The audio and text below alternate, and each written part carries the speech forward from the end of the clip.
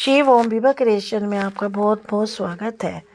पिता और बेटा टाइटल का नाम है। ये कहानी मैं आपको सुनाने जा रही हूँ।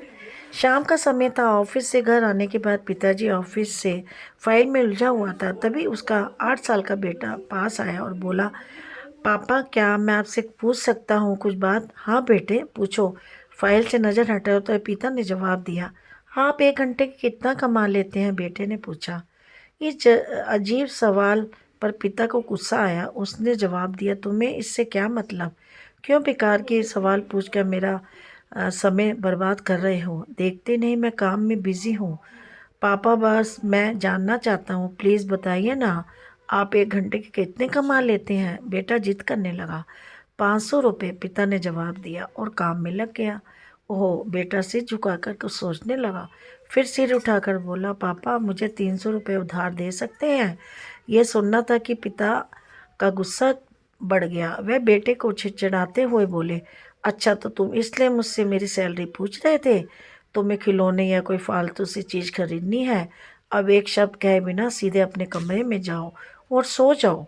मैं इतनी मेहनत से पैसे इसलिए नहीं कमाता कि तुम्हारी हर फालतू मांग पूरी कर सकूं।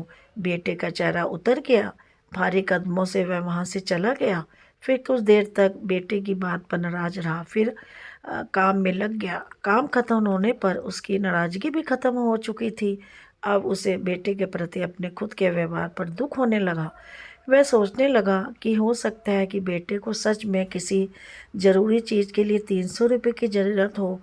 वो वैसे भी हर समय पैसे नहीं मांगता। पर बेटे के कमरे में गया तो देखा बेटा बिस्तर पर लेटा हुआ था। उसने पूछा, सो गए क्या? बेटा तुरंत उठकर बैठ गया और बोला, नहीं पापा मैं जगा हुआ हूँ।